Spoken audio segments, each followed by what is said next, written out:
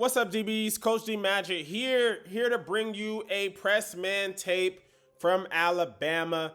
Man, like Alabama's coach is giving some really good game out there, free game, putting a lot of good things on tape. I'm excited to see how this translates because Alabama used to be DBU. It used to be every year Alabama was sending their whole secondary. I would say they're still getting a lot of guys drafted, but not to the extent that it used to be. Like I remember it was them and Ohio State, LSU. But I wouldn't say that Alabama is DBU anymore. But man, they could be on the comeback. I know they got Damani Jackson. I know they got Keon Sabb. But man, this new DB coach is putting a lot of good tape out there, man. And I really, really love this drill.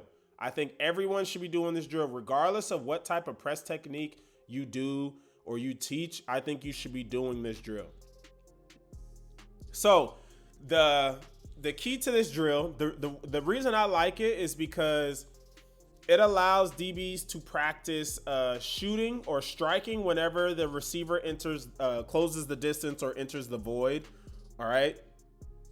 So what do I mean by that, right? Like, so if you're a yard from the line of scrimmage or a yard and a half, 2 yards, wherever you are from the line of scrimmage, you have to know at what distance can you touch the receiver. So when the receiver closes that space, that cushion, okay, being comfortable and in balance enough to strike with either hand, okay? Usually you teach, if he releases within our frame, shoot two hands, okay? Good job. We shoot two hands. But these guys are practicing shooting one with either hand, all right? Because a lot of times you don't have time to think of, I would say every time.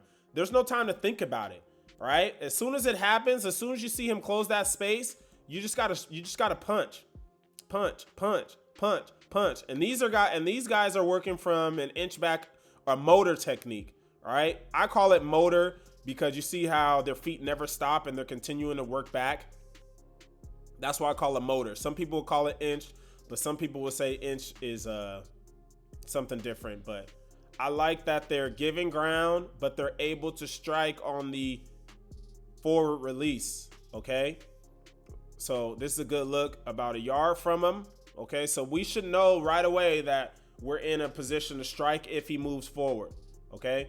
Even though we're going with the soft press technique, all right, they're going to go with the hit step first to help your feet get activated. All right, inside hit step. Could be an outside hit step. All right, but they're going with some type of activation step to get their feet going. Sometimes it's hard for people to move to start an inch with both feet going back. So it depends who your coach is. All right, tight inch back steps. All right, so we start the first part of the drill with two hands, one hand. All right. And then you just keep working back. Two, I really like this dude because he's throwing with power. And this helps you guys strike with power. A lot of DBs, their biggest problem with press is, that when they do throw, is they're not throwing with any power. All right.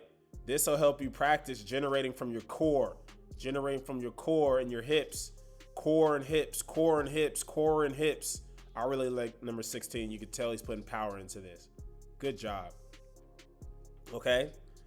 Now, how does this translate to the field? Okay. How does this translate to the field? Now, again, the footwork is subjective. You can have yourself you can have your guys work back in the motor, or you can have your guys kind of be in a pure step or a stronger technique where we're not really retreating, right? We're looking to get hands on, and then it becomes kind of a different type of, you can still do the drill there, so you can change the footwork a little bit. I really like this rep here because it shows the drill, okay? I want you to watch this rep. Good stab here by the DB, gets his head back, all right? Good stab and gets his head back. So let's break it down. We get the receiver, or let's talk about the DB's technique first, the DB's footwork, all right? Let me move this right. Let's talk about the DB's footwork, right? It's not ideal where you pop your feet. It's not ideal, but we are still square while the receiver is closing that distance or entering the void, right? So right now, we're about a yard and a half. We understand that the receiver has to move forward a little bit for us to be able to touch him. He's right out of our range. If he stuck his arm out, I would say we'd probably get right about here. Okay. But we understand that if he does move forward, right? If the receiver does close that distance, boom, brings his chest up, we can strike without gaining ground.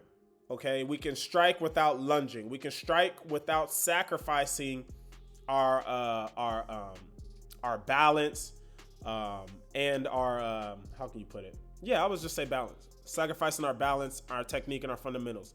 Okay, this looks good. This looks good to me. Okay, very similar to this. It looks very similar to this.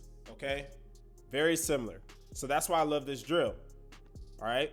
He's striking with one hand down the middle. He's not striking with two, because two, we would probably have to overextend ourselves here. Just by slightly, all right, see our feet are even, by slightly turning that hip, all right, getting some core activated, throwing that punch just like a boxer, okay? We're still in a position to kick step, and now we can get the force and the length we need to get a good stab. And he stabbed right in the middle of the neck, right in the middle of the chest. Good job avoiding the face mask, avoiding the penalty. Now from here, okay, once you get a full, clean jab on the receiver, it's going to force him to speed up. It's going to force him to reveal himself. It's going to force him to get into his route, right? So when we throw that outside hand, we have to realize when the receiver starts to work towards that hand. All right, you see how the receiver is already looking to counter? Okay, we have to move that hand, because if he gets the elbow, if we try to live and die on this one jam and we try to keep our arm there, if he gets the elbow and he pulls us forward, our hip is going to be locked. Okay, so if we stab with our right hand and he works to our left, we can keep it there and we can continue to kick slide. If we stab with our right and he works to the jam, we have to get it down, retract and replace, alternating strikes. This is also in the DB Mastery program, by the way. Get it down, and now he kick steps. All right, watch his feet. I love it. Punch, kick step, okay? Punch, kick step, and now we're on top. Great job. Disrupted timing, able to kick step, and now we're on top, okay? Move this out the way. Now from here, we're on top of the outside release. We're thinking stop routes. We're thinking comebacks.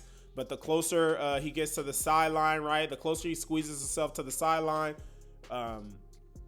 we have to be thinking like stop route, comeback, back shoulder fade, right? Because most quarterbacks aren't going to throw an over the shoulder fade when we have clear high ground, right?